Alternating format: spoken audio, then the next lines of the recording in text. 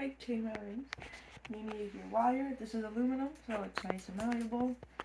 You need your cutters. You need some sort of dowel with a hole in it. This one's metal. If you don't have a metal one, you can get a wood one, and then just drill a hole near the top of it. And then you also want a glove if you're using steel wire, because it will mess up your hand if you're not wearing a glove, because it rubs aggressively on your hand. So you just put your dowel in the drill. You want a good slow speed drill. If you go too fast, it'll mess up your hand, especially if you're using steel wire. So you can keep it on here or you can cut it off. When I use steel wire, I like to cut it into chunks, but you have to watch the end. I'll cut a piece off.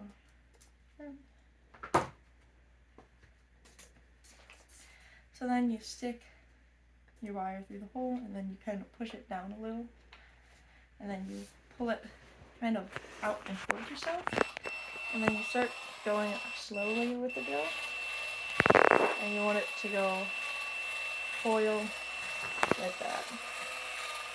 If it gets messed up, you can kind of undo it and fix it, or if it gets messed up, you can just keep going. It wastes a little bit of wire, but especially if you're using steel wire, it's really hard to get that out.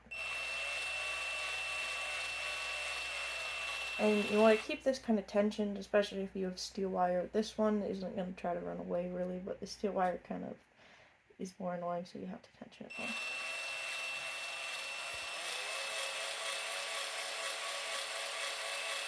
And then you just go and make a nice coil.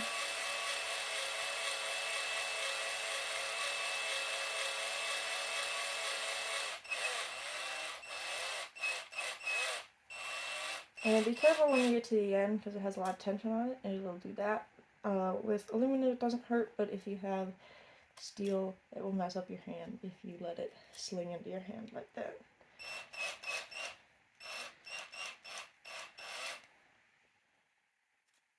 And then you have a nice coil, and you take your snips. For steel, you want bolt cutters. For aluminum, you can use flush cutters. I just don't know where mine are. And then you take the coil off. And then the start here, there's always a bit of a messed up part. I kind of just scrap that ring, and then you just start cutting from there until your whole coil is gone into rings. These bolt cutters don't cut well, but you get the idea.